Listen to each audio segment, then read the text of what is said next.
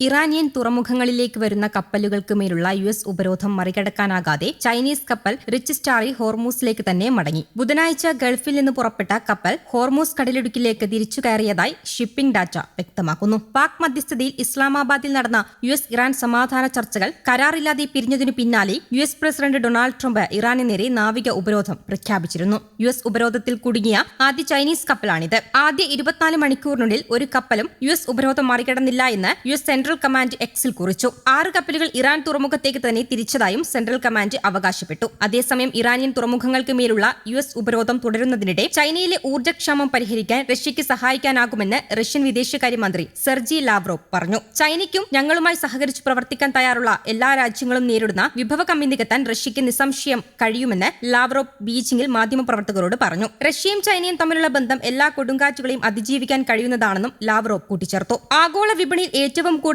എണ്ണ വാങ്ങുന്ന ചൈന ഇറാനിൽ നിന്നാണ് അത് ഭൂരിഭാഗവും വാങ്ങുന്നത്. ഇറാൻ തുറമുഖങ്ങളിലേക്ക് വരുന്ന കപ്പലുകൾക്ക് യുഎസ് ഉപരോധം പ്രഖ്യാപിച്ച സാഹചര്യത്തിലാണ് റഷ്യയുടെ പ്രതികരണം. ഇറാനിയൻ തുറമുഖങ്ങളിലേക്കും തിരിച്ചുമുള്ള എല്ലാ കപ്പലുകളെയും തടയുമെന്ന് അമേരിക്കൻ പ്രസിഡന്റ് ഡൊണാൾഡ് ട്രംപ് പ്രഖ്യാപിച്ചിരുന്നു. ഉപരോധം ലംഘിക്കാൻ ശ്രമിച്ചാൽ ലഹരിമരുന്ന് കടത്തുകാരെ നേരിടുന്നതുപോലെ കപ്പലുകൾ തകർക്കുമെന്നും ട്രംപ് ഭീഷണി മുഴക്കിയിരുന്നു. ഇറാനുമായുള്ള ഇടപാടുകളുടെ പേരിൽ യുഎസ് ഈ കപ്പലിന് ഉപരോധം ഏർപ്പെടുത്തിയിരുന്നു. ഹോർമൂസ് കടലിടുക്കിലെ തങ്ങളുടെ നീക്കങ്ങളിൽ ഇടപെടരുതെന്ന് ചൈന നേരത്തെ യുഎസിന് മുന്നറിയിപ്പ് നൽകിയിരുന്നു. അതേസമയം പശ്ചിമേഷ്യയിൽ സമാധാനം പുനഃസ്ഥാപിക്കാൻ ലക്ഷ്യമിട്ട് നിർണായകമായ 4 നിർദ്ദേശങ്ങൾ മുന്നോട്ട് വെച്ച് ചൈനീസ് പ്രസിഡന്റ് ഷി ജിൻപിങ്ങും മുന്നോട്ട് വന്നു. യുഎസും ഇറാനും തമ്മിൽ വ്യാഴാഴ്ച നടക്കാനിരുന്ന 2ാം ഘട്ട സമാധാന ചർച്ചകൾക്ക് മുന്നോടിയായാണ് ചൈനയുടെ ഈ നയതന്ത്ര ഇടപെടൽ. അബുദാബി കിരീടാവകാശി Sheikh Khalid bin Mohammed bin Zayed Al നഹ്യാനുമായി ബീജിംഗിൽ നടത്തിയ കൂടിക്കാഴ്ചയിലാണ് ഷി ജിൻപിങ് തന്റെ നിലപാടുകൾ വ്യക്തമാക്കിയത്. ഗൾഫ് രാജ്യങ്ങൾ അയൽക്കാരാണെന്നും അവരെ അകറ്റി നിർത്താൻ കഴിയില്ലെന്നും പറഞ്ഞ ചൈന മേഖലയുടെ പൊതുവായ സുരക്ഷാ ഘടന കെട്ടിപ്പടുക്കാൻ ഗൾഫ് രാജ്യങ്ങളെ പിന്തുണയ്ക്കേണ്ടത്